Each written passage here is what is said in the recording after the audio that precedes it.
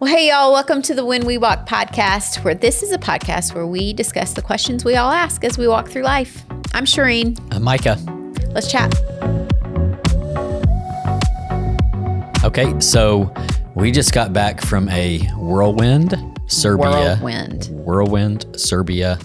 Vienna trip. It was really great. It was so quick. Going to Europe for just a week, less than a week. Yeah.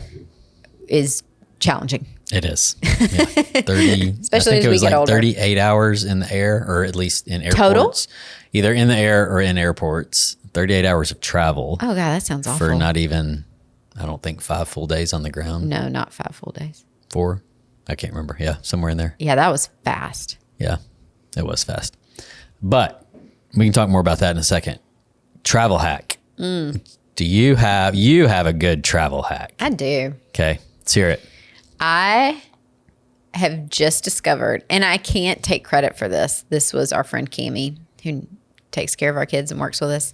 The vacuum seal, like packing bags. I don't even know what they're called. Vacuum seal bags. Like the clear ones that you would like pack away things. Yeah. Is what we use to pack in.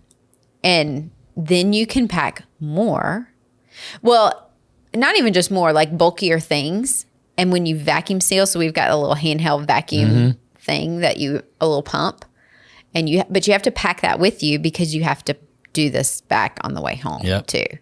So I use those vacuum seal bags. It Saves a has lot of changed the game. space. Now, the thing you have to know is you will have wrinkly clothes. Yes. So either pack things that aren't as wrinkly. We always pack some little, what's that stuff?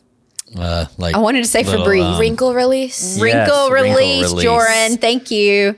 Or if you know you're going somewhere that has an iron or a steamer or whatever, just be prepared that your clothes are going to be wrinkly. So, but I think it's worth it because we have learned we like to pack in carry-ons. Yep.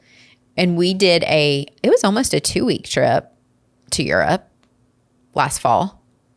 Almost. Was that? And we did it in carry-ons We did? because of this. And it was cold. It was fall. I don't remember. Yeah. Oh, our London trip. Yeah. Yeah. London You're and, right. We did. Yep. Edinburgh. Yeah, Scotland. And we did, I feel like it was at least 10 days. Yeah. And we had to take jackets and sweaters and boots and things like that. And to pack all those chunky clothes in a vacuum bag changed the game. We were able to pack in a carry-on. Yeah. Those things, they've been amazing. And then I actually just started seeing, I don't know if it was because I posted about it so much and so many people have responded, but I've started getting these ads for luggage that has these little vacuum seal bags. Interesting. But they are so expensive. Oh, so it's So like expensive. built in? Not quite built in, just but it comes with them, them. Comes with them, and then it has a little, which I might try to get these, a little like smaller mechanical or battery pack suction. And so I thought, oh, maybe that'll work on my cheap bags. It's not that hard to just. No, manually- it's not. But but I did look them up, and then there was another one on Amazon. They're like $70, where you can get a whole pack of the little plastic ones for like $20. Yeah. So that's my hack. Everybody's going to be one. doing it before long, and someone's going to figure out how to do it and not cause the wrinkles. Someone is gonna some figure way it to out. fold or some I mean, way I to don't know. That is- section or something. That's a I don't tough know. one. That would who be knows? magic. Science is amazing. People can figure things out. Okay, what's yours? Jordan, wait, I want to ask Jordan. And first of all, sorry, we forgot to say hey to you. Hi, hey, Jordan. Mine I think is more just like common sense, but I used to always pack like either like midnight the night before or the morning of, which is such a bad idea. Yeah. So mine is just to not do that and to Pack think early. ahead, or like I would never think of what I'm going to pack. Like, I don't know, like I went to a wedding this couple weeks ago and I thought like weeks in ahead what I was going to bring, which was like so new for me, like innovation. So I guess just I spent the day beforehand, like I didn't have work, so I was just like I went out, I got things I needed to get for it, like last minute stuff, and I just packed for a couple hours, which I took my time, made a list, and And then I also love the vacuum seal. I use those in college when I'd go back and forth because I would only have like a little bag. Yep. So Brilliant. Way to do it. yeah. So packing early, I have a question about that. I'm curious about this because, so do you have to then set those clothes aside for once you decide I'm going to take this on my trip because you don't want it to be dirty. Yeah, that's the when hard it's time to part because pack. that's why I would always wait because I was I need all this You're stuff. like, I need to That's wear my this thing. thing. But I think if it's like for me, it was fine because it was more like dressy wear, Yeah. so I Yeah. didn't really need it. But I guess that's true. I'll have to see what I do when it comes to more like That's my issue. casual. That's him. Why I Yeah. pack Because he's so pretty late in the game. simplistic. I have Yeah. enough clothes. But I turns want, out. even though I challenge myself to figure out how little I can bring, Yeah, you do. but I still want everything clean before I pack. It's just like And a you thing wear for me. I want, all your because I clothes want in your all my closet. options Yeah. in front of me, and then I'll pick out the ones that I feel like I can best maximize and kind of coordinate. Yeah. But you already have a closet that's pretty like minimalist and also Capsule-ish. capsule Yeah. wardrobe. Mine is not. No, yours not. So my travel Okay. hack would be, man, I do not sleep on planes at all. So that has been my like journey of trying to figure out how to sleep on a plane. Yeah. I wish I could just fly first class. I love. Oh my gosh! I just, Every time we walk by my those gosh. pods, well, especially international, Yes. first class, you oh my gosh, lay Just lay straight. horizontal. It's a whole different. It's a whole different That is a experience. different It's a whole experience. different experience. Yeah, We shouldn't even walk be past in them the and same we're like, plane together. I I this know, would be yeah. delightful. Yeah, those people One just day. got a full 8 hours of sleep while the rest of us tossed and turned. I mean, it was, so anyway, so while I'm not flying first class, just the progression of how I take Tylenol PMs or Advil PMs Yeah. in order to try at least and get a little groggy, just learning when to do that. So I did that too early. You're talking more for international travel. Or international travel, yeah. To just be able to sleep well. I did that too early one time when I was visiting you in Africa. I took my Tylenol PM in the lobby or at the gate. Oh, and your And flight, the flight was delayed. delayed. And they didn't even have like an intercom announcing not in things. It was Africa. just this quiet lady saying, Walking around. the flight will be delayed by another 30 minutes. And I'm fighting falling asleep because I know like she will not wake me up and I will not hear I'm her. gonna miss this plane. And so by the time I finally got on the plane, You were wide awake. I was in that like weird groggy but can't sleep mode. So the progression of when you take them is really key. Yeah, it is. And it doesn't allow for deep sleep, but I think it helps you at least. I mean, it's not like a No, you're genius going to travel have hack. jet lag no matter what, Yep. but at least you can Doze. get there with a little bit of rest. Dozing. Yep. So It's tough. Yeah, Yes. international travel is a whole nother level. it is. So speaking of that, a couple highlights from Serbia for you. What were they? Well, it's always good to see our people. Yeah.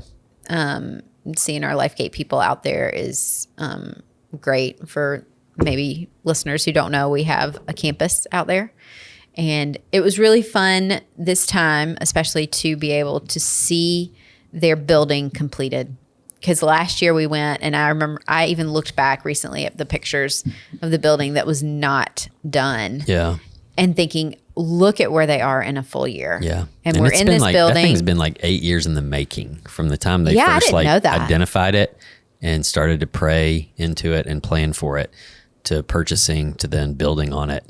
That is a labor of love. Yeah. And so to be able to walk in that building, hold 2 different services that we got to be a part of there was just so special. It was so special. So that was a highlight for me. Yeah. Yeah. Also, think so I too. just love other cultures and countries, and know. getting to go to Vienna was so fun too. Yeah, that was great. Yeah, I think for me it was like it's just such a privilege to be able to serve. It sounds weird, but to be able to serve in a pretty, I mean, quote unquote, unreached part of the world. And Yeah. people wouldn't consider Serbia unreached in a lot of ways because they've heard the name of Jesus and the gospel is available there, and it's not a closed country, but it is so deeply Eastern Orthodox. And not a life-giving expression of Eastern Orthodox. There might Because be a Eastern few Orthodox here can and be there. really beautiful.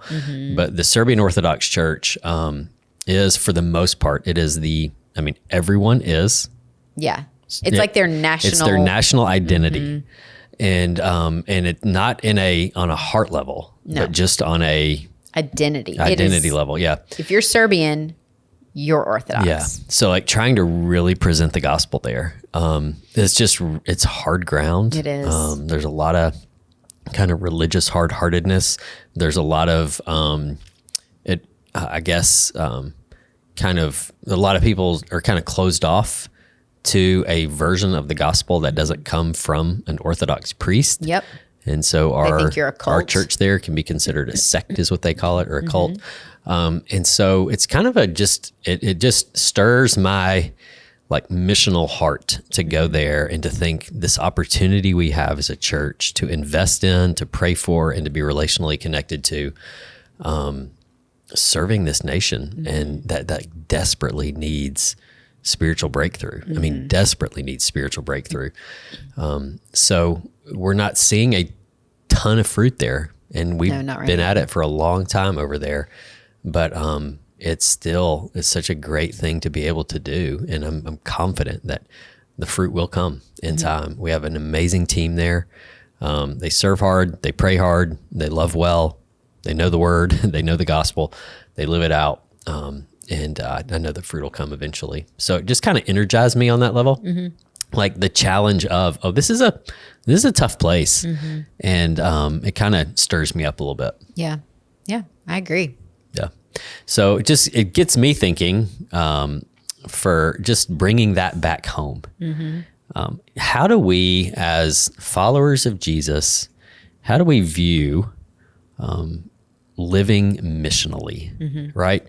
Like you and I grew up in church culture where you would go and do short-term mission trips, and that's still pretty common in most places.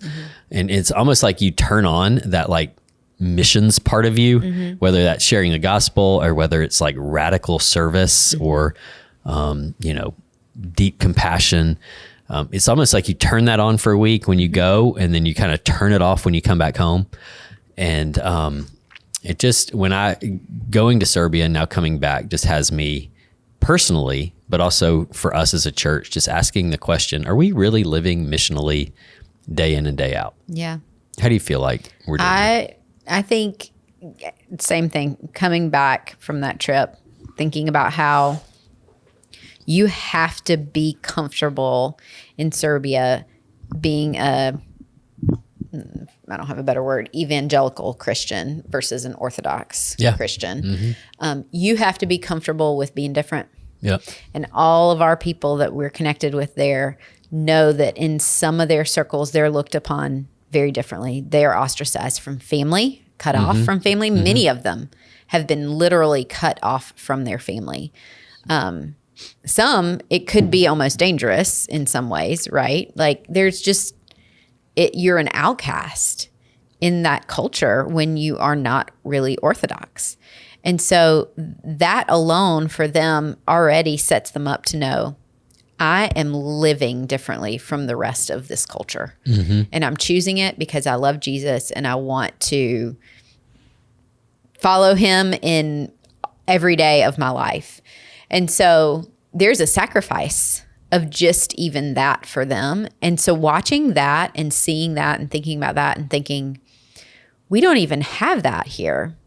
So like culturally, we don't have to even think that way. So like you said, the way we live is we just turn it on and off. Yep. Of like, oh, I'm serving with my church right now. So we are going out and doing a work project. I'm turning it on because I'm with all my Christian friends and we're doing this work in the community.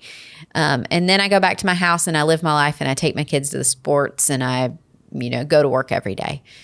And instead, I think because we're not constantly bombarded with this, I live differently. I look different than the rest of the world. People are looking at me differently. I think if we went about it with our mindset knowing, no, I live differently. People are looking at me as my life looks different. Then I think that would put us on, I don't know, we would be more aware. Yeah, I think so. Yeah. Yeah, we would kind of carry our distinctiveness in a more conscious manner. Yeah. And intentionally. Maybe we would live more intentionally. And I think that's what Yeah. we have always wanted to do. We would, I think for you and me, we're different because we thought about that in how and where we chose to buy a house, in where we wanted to live in the part of town, in kids and their schools, and sports or things that we're putting them in. Even like we're considering how this affects our lives and what the Lord might, like, we're presenting it to the Lord. We're not just always doing the next thing. Yeah.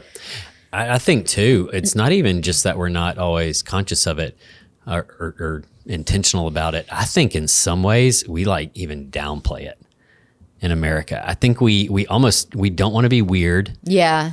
We've heard so much. I mean, there's so much of critique around whether it's outside the church of Christians being judgmental. I mean, just even that word evangelical Christian, which what that like means is I am now. evangelizing my faith to the world. Right. We don't even like to identify that way. Yeah. Like we don't like what's associated with Christianity from the outside world, which is judgmental, hypocritical, those types of things. And then we also, even within the church, there's still so much like kind of angsty resistance to being too Christian. Yes. That we kind of like, we just want to play it cool. Yeah. I feel like we've kind of been in this season of a church, and this is a huge generalization, but it almost feels like, let's just be the play it cool Christians. Yeah. Like, let's not be too weird. Let's not be too, let's not be too modest, because then you're like prudish and weird in purity culture. We're still going to listen to the same music. We're still going to watch the same movies. We're still going to live the same way. We're just going to like under the radar.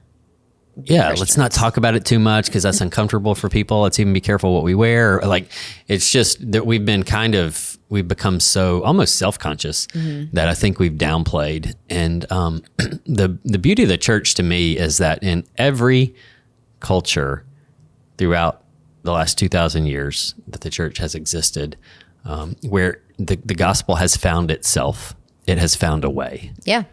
It's been able to bear fruit. And that's what gives me like great hope for Serbia, is like the culture of Serbia is not a discouragement to me. It's actually an encouragement to see like, oh Lord, how are you going to do this? Like, how are you going to show up here? And so the gospel always bears fruit. It always finds a way. It's just, I think we as followers of Jesus in 2025 in America might need to re-engage what is the way. Yeah. And how do we really do this? Yeah. Jordan, I would love to hear your thoughts on this. I think because even the idea of the fact that we're talking about it, and I keep thinking as you were talking and sharing, like, we want to live under the radar. I'm like, I don't know. That's our generation. I don't know what your generation and maybe even younger feels as followers of Jesus, like when it comes to living missionally, evangelism kind of lifestyle. I don't know. What do you think? Yeah, I know. I can't remember who was talking about it. I don't know if you can remember, Naomi, but it might have been Pastor Taylor, where he was saying that right now, Gen Z, like, the number of like outward Christians, like starting Bible studies or even just wearing like Jesus merch or clothing, is higher than it has been in a really long time. I can't remember the exact numbers, but I think like this new generation, although it feels kind of like the haters and like the people against like Christianity are definitely loud. They're very loud, but I don't think they're in majority in this moment, of at least against people, I don't know, showing that they are a Christian or showing up in school and stuff. So I think the battle is more against majority versus the loudest, if that makes sense. Yeah. But there are a lot of encouraging statistics about Big time. Gen Z right now, which is great. Yeah. I mean, Gen Z is, there's both in the US and in the UK, there's a little bit of a revival happening among the Gen Z crowd, which it does make me wonder, like, is it kind of the millennials and the Xers who are kind of felt the need to play it cool. And is Gen Z gonna No shame. come? Huh? Yeah. There's no shame in Gen Z. Yeah, it's like gonna come forward and be like, wait, why are we playing it cool? Like, Yeah, this is important. We have this God that we get to serve and love and tell people about. And so I hope, in many cases, revivals and awakenings are stirred by a younger generation who is yet to be jaded or has come out of a culture that has not met their needs, and they have found Jesus as the one who can, and they're loud and clear about it. And I look forward to that potentially being the case. I do think it's funny you even saying wearing merch or T-shirts and stuff, because I think our kids have asked they love us it. to buy all these Jesus Loves You. Yeah. I think that's one of the brands that's pretty cool. Yep. And they have so many shirts, my kids do, and they love to wear them and us to get it for them as gifts. And I remember thinking, I don't think I owned a Christian anything. Oh, I did. Did you? Because they were so cheesy. In middle school, I had 2 shirts, like 5th, 6th, 7th grade ish, 2 shirts that, I was fired up to buy these 2 shirts. Okay. And they're still like the ones a lot of people from my generation would remember. The first was No Pain, No Gain. Okay. And it was the nails in Jesus' Oh, hands. yeah. And then the other one was the Lord's Gym. And instead of Gold's Gym. Do you remember that? Oh, yes. And so Those it was Gold's like, Gym things are everywhere. I think it was like Samson, like tearing down the columns or something like that. And his Of muscles and all that. course. I had those too, and I loved them. I loved them. I guess that's the whole thing. It's like they were super cheesy. And so I think our generation went away from them, maybe, because they weren't really a thing when I finally became a Christian. I'm like, no one's wearing Christian T-shirts. But then there's a resurgence. I think, one, the younger generation is super creative, and that's a way to express their creativity. I think the church is getting more creative in music and art and graphics and all the things. And so there is beauty in that. But 2, I think you're right. They're not as afraid or there's not as much shame. And I don't know, I'm a little nervous if some of it hopefully is still real. Like it's not just jumping on a bandwagon and being cool. And you hope that there's authenticity to that. But there's always going to be opportunity absolutely, though, for it to not be. I get it. I think for me, though, that is not always an indicator that you're living missionally. No. Right? And so if that's what we're talking about, it's more, if I'm going to rep the shirt, am I still living a life, an intentional life that is inviting to others around me? That's what I think about when I think, are you living missionally? Yeah. Yeah, I think so.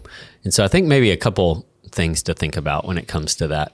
I grew up in kind of the world, and it still kind of plays in my mind often about, are you sharing Jesus with people? Right. Do you know how to communicate the gospel, share it with people, invite them to make a decision and pray for them? Have you practiced how to share the gospel? Yeah. And I actually think like, man, even if you look biblically, like at the New Testament church, you don't see a lot, like Acts, you don't see a ton of stories of just, everyone being sent out 2 by 2 to go to homes, to knock on doors and try to present the gospel to people.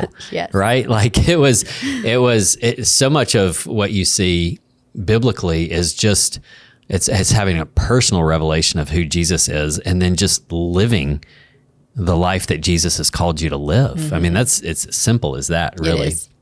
And that being in itself a witness that then creates relationship and opportunity for conversation and all of that. I heard it said recently that a lot of conversation around evangelism at the church, in the church setting, the reason it falls short is you usually have this like really passionate, gifted evangelist, like spiritual gift of evangelism. Right. Not everyone has the spiritual gift of evangelism. And so you have that person preaching and telling all their stories about all the strangers they talk to and lead to Jesus. And then you have all these people in the congregation who don't have the spiritual gift of evangelism, often aren't super extroverted.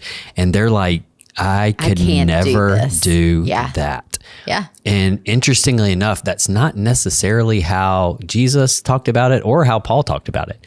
Jesus talked about it, do your good deeds. Yeah. So that people will live your life see the goodness of God. Mm-hmm.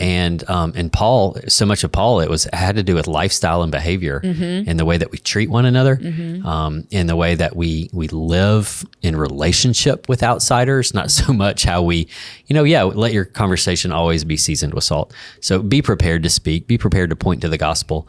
But I think just living the life Jesus has called us to live in a way that people can observe. And it should look different. I mean, I think that's Romans 12. Your life should look different than what is around everything happening around the world. Yeah, You will look different than you're not going to be conformed to the ways of the world. And you will look different, and people should notice. And hopefully you're open enough that they're asking questions. I think another way to live missionally is realizing, I think the bigger piece of living missionally, it's not just a choice of I'm going to give my testimony today. It's my life is not my own. When you remember that you have given your life, that Jesus is Lord of your life, he has control of your life, and you have surrendered your life ultimately to him, then I think you just live differently. You just think about the way you live on the daily differently, or you should think about the way you live on the daily differently. Your life is not your own, and therefore it's not about how am I going to enjoy my day today? It's what am I doing for others today? How am I living for the world to see Jesus today? And that can be in the smallest thing, in your parenting, if you're, stay-at-home parent with your kids, in the way you're loving them and serving your family at home, to your neighbors and the way you neighbor with your neighbors. Neighboring. Right? Neighboring is a huge way to live sacrificially, right?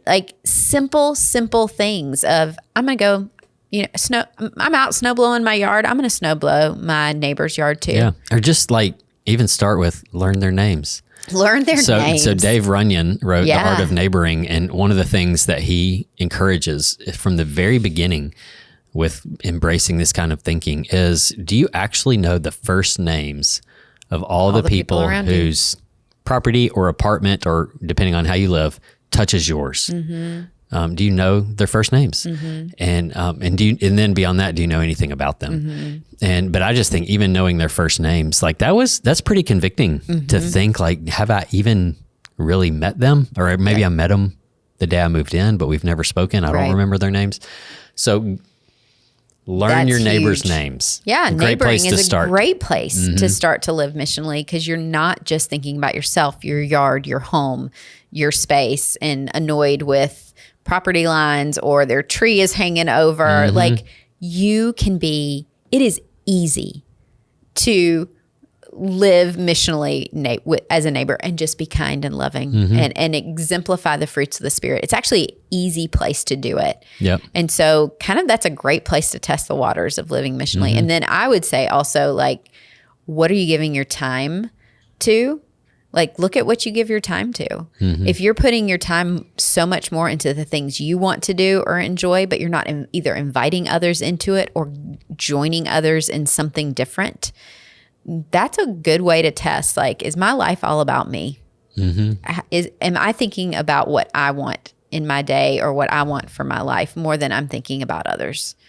Right? We've tried to teach our kids, just so we can not have sibling rivalry forever, but think of others first. When we've told them that since they were younger. Hey, if you simply just in the home, in the way you live at home, think of others before, you're probably not going to leave your shoes sitting everywhere, and you're not going to let the stuff in your cubby flow out into your siblings' cubby. And when you get up in the morning and make eggs, you're going to say, hey, does anybody else want eggs? Instead of just thinking about yourself. If you think of others first in small little ways in the spheres that you have, then that will start to become a practice as you live the rest of other areas of your life.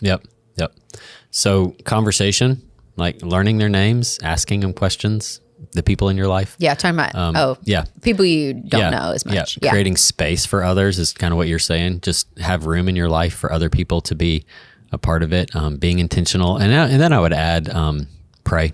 Yeah, for sure. Like put the pressure on God, and not doors. to take that, not to just, I guess, remove all responsibility for you to be a witness to Jesus, but put the pressure of it. Carry the responsibility, because I do think it's a responsibility we have to be witnesses, to be light, to be salt.